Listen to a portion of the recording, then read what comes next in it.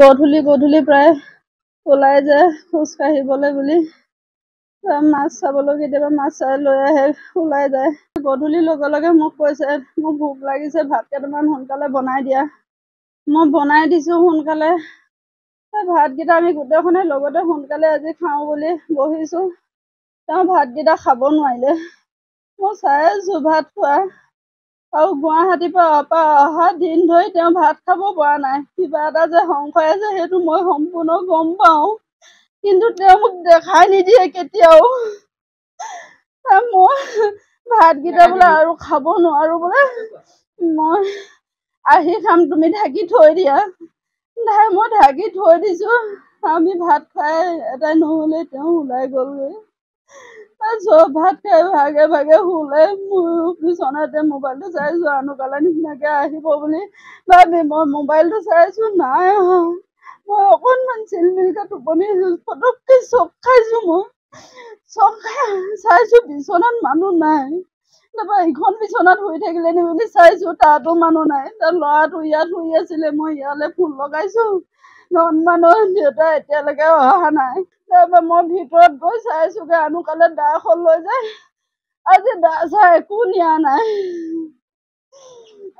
ৰাতিলে থাকোঁতে মোক মানুহে ফোন কৰি কয়, তাক ভালকৈ থাকিবলৈ কবি, তাৰ কাৰণে মানুহ মাৰিম বুলি কৈছে।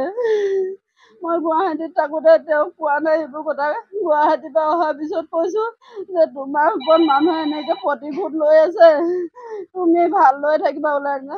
কোনে মোক কি কৰিব, মইতো একো বেয়া কাম কৰা নাই। দুদিনমান মানুহে খং খাব, ভাল হৈ যাব এনেকে বুলি কয়।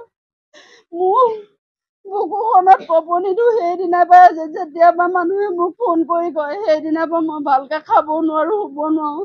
তেওঁ যদিও মোক আশ্বাস দিয়ে, মই অনুভৱ কৰোঁ তেওঁ যে কিবা এটা মনত ভয় আছে।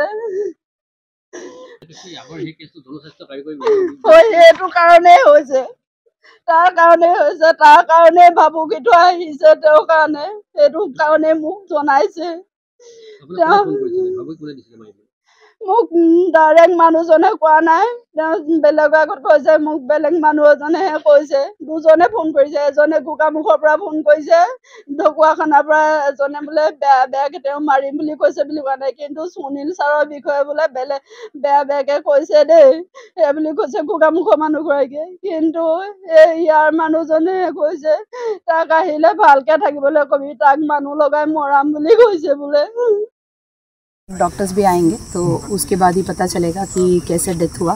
पोस्टमार्टम एग्जामिनेशन किया जाएगा एंड बाकी जो ग्राउंड लेवल बाकी खबर वगैरह ले रहे हैं उसके बाद ही पता चलेगा। कुछ नहीं मिला है तो इसमें बिकॉज ये बॉडी पूरा तरीके से जल गया है, अभी बहुत साइंटिफिकली एविडेंस कलेक्ट होगा, तो उसके बाद ओनली आफ्टर पोस्टमार्टम एग्जामिनेशन क्या हुआ कैसे हुआ वो पता चल रहा है।